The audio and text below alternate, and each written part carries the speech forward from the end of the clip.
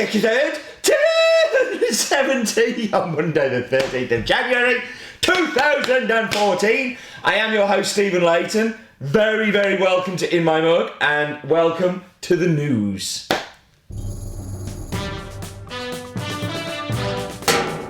The guest subscription thing has been going super well. If you don't know what I'm talking about, if you missed the news last week, we have a subscription blend where it's an espresso based subscription where we'll tour around the coffee shops that we supply around the country, getting you to try their bespoke blends that we built for their shops. We're starting this month with Acidity Squirrel from Shrewsbury Coffee House. You may have seen me videoing this there last week. You can sign up and have all 12 sent to your door, which will save you 20% off the list price and means that you get to try them all as well. So do sign up to the guest espresso subscription. Burundi is back. There is no surer sign that we are in a new year when we start to see Burundis and Ethiopians and Africans start coming through. Burundi is back. We are excited to share it with you. Probably will be in my mug in the future. I'm certainly hoping. I'm having real trouble talking today. So yes, you should try that. And here is a picture of In My Mug winner, Sam. He won the t-shirt that money cannot buy with, I can't remember, I think it was a Vine. But I promised Sam I would show this here. And that was the amazingly t-shirt flavoured Burundi located guest loving espresso news. So we are focusing on Bolivia.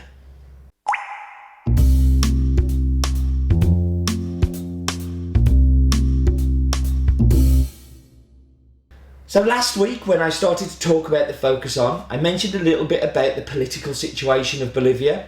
And more than a couple of you emailed me in and said, like, what political situation? Because Bolivia is somewhere that doesn't tend to hit the news. So I'm going to do my very, very best to try and give you my pigeon knowledge version of Bolivia politics. So the president, Evo Morales, rose to prominence with the campesinos, who are rural labourers, and he was part of the union there, campaigning against the United States and the Bolivian government's attempts to eradicate coca as part of the war on drugs. So the USAID were putting lots of money in to try and stop local people growing coca. Coca is a long-held tradition in Bolivia, something that is chewed or you can make a tea of. And not necessarily turned into cocaine. In fact, coca tea is delicious. In 1995, Morales entered politics to try and continue this war against the US and the very pro-US led government of the time. Lots of the locals were uprising against this US led kind of government because there was a lot of confusion whether they were there for drugs or whether they were there for the actual elements were there, like there's gasoline and oil and all of those things there. In 2005, Morales became the president and completely in one fell sweep scaled back all of the Bolivian relationships with the US. In fact, there's quite a animosity between them. Legalised the growing of coca, in fact encouraged the growing of coca. Almost to the detriment of things like coffee, things like maize, things that were grown there. And Morales also introduced an industrialisation of coca by creating a plant in Chulamani, which is one of the key coffee growing areas. And lots of that was funded by Venezuela. At the time, Venezuela put a lot of effort and energy into becoming partners with Bolivia, and even today they are very close political allies, which they're not. They're also very anti-US. What happened with this at the time as well? The US went, okay, let's pull out. So things like the Cup of Excellence that were funded by USAID, money was gone and reallocated elsewhere because Bolivia wasn't playing nicely. The borders closed in, so it was very difficult to get in and out. For somebody to work was very difficult. And this sounds all like negatives. I mean, the positives that Morales has done, he has empowered some of the campesinos, who are the local people. There was a lot of racism towards the indigenous people of Bolivia, and it's something that he has worked very hard on making better. The locals love him. Like, you talk to somebody like David Vilker, for instance, and I haven't spoken to David about it, but I'm thinking somebody who is a subsistence grower who works hard, and they will say they love Morales because what he's done is he's given some of the power back to the people. You talk to some of the business people, and they're not so positive for him. And that was Focus On. Wow, there was me getting all political. So let's talk about coffee, because I'm much better at talking about coffee than politics. This is a farm that I visited back in 2007. And when the Cup of Excellence programme was actually happening, I was part of the jury, and the hotel that I was stopping in for the jury was very, very close to the farm, around about 5 miles away from the town of Coroico. While I was there, I was able to cup the coffee, and I liked it very, very much. I liked the family very, very much. But we were such a small coffee roastery at the time that my hands were tied. I couldn't buy a direct lot like that at the time. So I had to pass. And it left me really sad, because I kind of kept thinking, I wish I could have that coffee. And that coffee never really left my mind. Fast forward to a couple of years ago, and I was in Bolivia, and they popped this on the table. And I cupped it blind and was just like, this is really good. This reminds me of something. And when they told me about the farm, it was like, oh my God, this is fate. This coffee is, like, out of all the producers in Bolivia, and I continue to say that Bolivia is quite small for coffee growing, but there still are many, many growers. To find a coffee that you've been and visited before is quite unusual. And the farm is owned by the Montano family, and it's around about 10 hectares of land, and sits at around about 1,500 metres above sea level, planted with Typica, Caturra and Cataí. And he's around about 15 kilometres from the town of Coroico. So although I'm saying it's in Coroico, it is a little bit out of there, and around about 115 kilometres from La Paz. And he's at the bottom of the very, very famous Death Road. If you have seen the Top Gear Bolivia special, they go up the Death Road. I've come down and up it quite a few times, down it on a mountain bike, which I may show you in the map bit, but up it a lot in cars, and I don't like that road very much. The Montano family comprises of Don Servia, Alejandra, and I think there are 12 children. If you ask me to say the 12 children's name, I couldn't possibly. They have 50 years growing experience, and Don Salvador is 80. So a mature gentleman, and has worked the farm since 1978, I think it is, but has passed on a lot of his skills to his children, and there's been a real kind of, passing on of knowledge and working together as a family. So we should talk about the numbers. The farm size is around about 10 hectares, produces around about 240 quintales, has an altitude of 1,450 metres above sea level, has Caturra, both red and yellow Caturra, Typica and Cataí as the varietals, and has been in production for around about 30 years, and all of the coffees were planted then. So none of the plants are older than 30 years, but there's a constant programme of regeneration of plants, and that was the numbers. So, and the nearest town, of course, is Coroico. So now it's time for the wonderful map bit. It's the map bit. No expense spent. It's the map bit.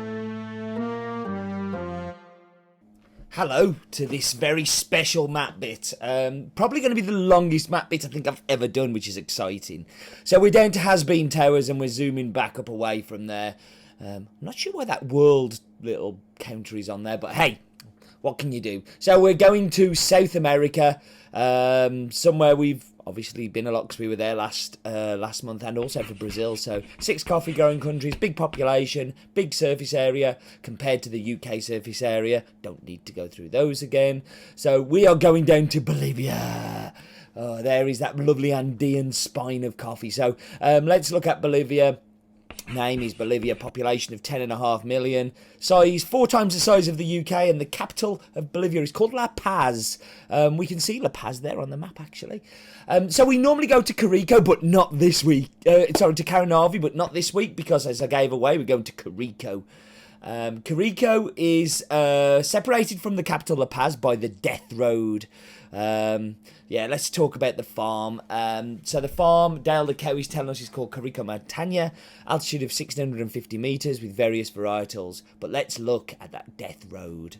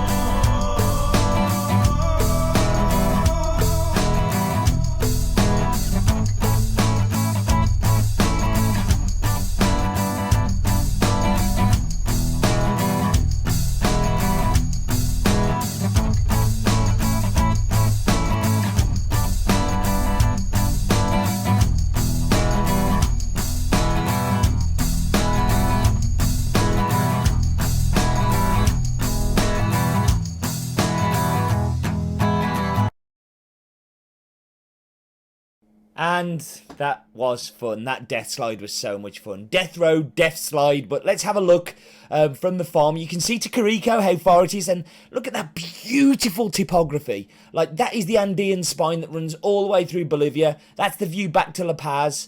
You see there's the little La Paz. And it is just amazing. That has got to be my favourite map bit.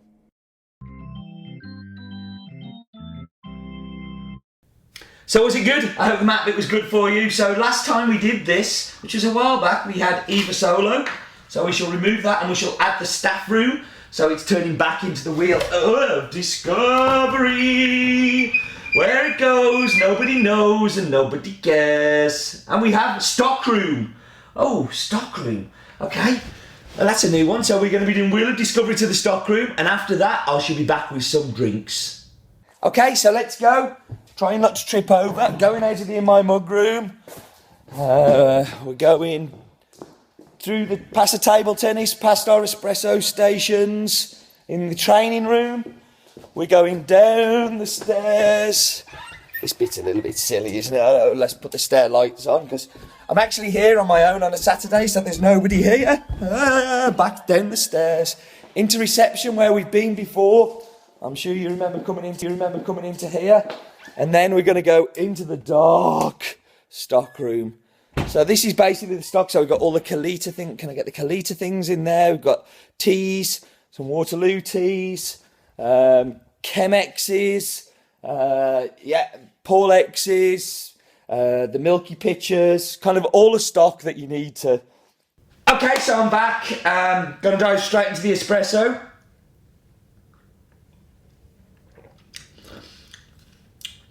Now, because I've had to make all the drinks myself, I'm really having trouble talking today, myself. This has got a little cool, but actually, this espresso, I know, benefits from being allowed to cool.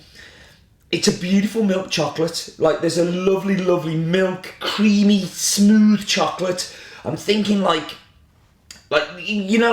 Galaxy bar things that are very silky, because I don't know, they must put something in them, but it's very silky, it's almost oily, and it has this beautiful acidity of oranges.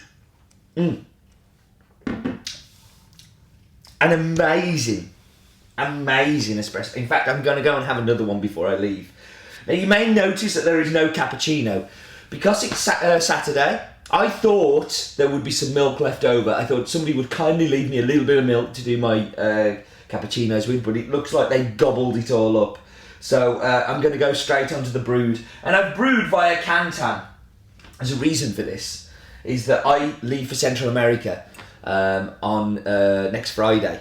And yes, I'm going to be brewing a lot of Cantan. So I'm refining my technique. I managed to get a few grinds in my cup, which is obviously a sign of a bad technique, but I'm going to keep working at it. So, into the brewed. And that chocolate orange is there again. It is a chocolate, like the Terry's chocolate oranges. The acidity is beautiful. It's so controlled, it's tight, it's not in your face stupid, it's not like, making you suck on a super sour sweet, because that milk chocolate balances it out. And that's where this coffee comes alive, is its balance. I am so happy to have this coffee. It's unbelievable. I love the story. I love the fact that I remember this coffee from so long ago. And I love the fact that this is the second year of us having it as well. So very, very cool. And lovely to have something that is outside of the Caranavi area, because everything we seem to buy is from that Caranavi circle. For good reason, because they're all delicious coffees. But it's lovely to find something delicious outside of there. So now it's time for the Vine of the Week, and I've got to admit, I've selected this a little bit. It's from Kyle Gooch, who was lucky enough to visit a farm that this time next week, and I literally mean this time next week, I will be sitting in a car driving to, which is Bella Vista, which is from the Don Mayo Mill in Tarrazú in Costa Rica. So Kyle sent me in these pictures, and I've turned them into a little vine collage.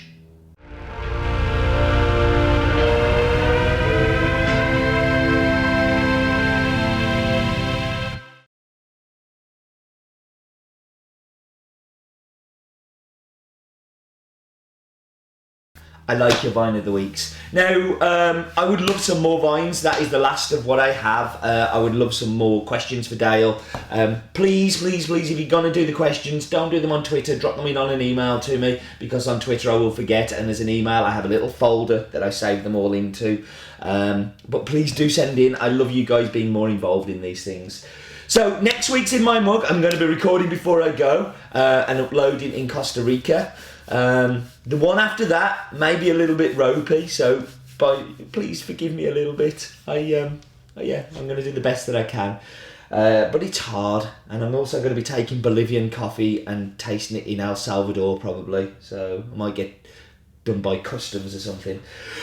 But stop rambling. Do remember, life is definitely too short for bad coffee, and this week's is freaking delicious.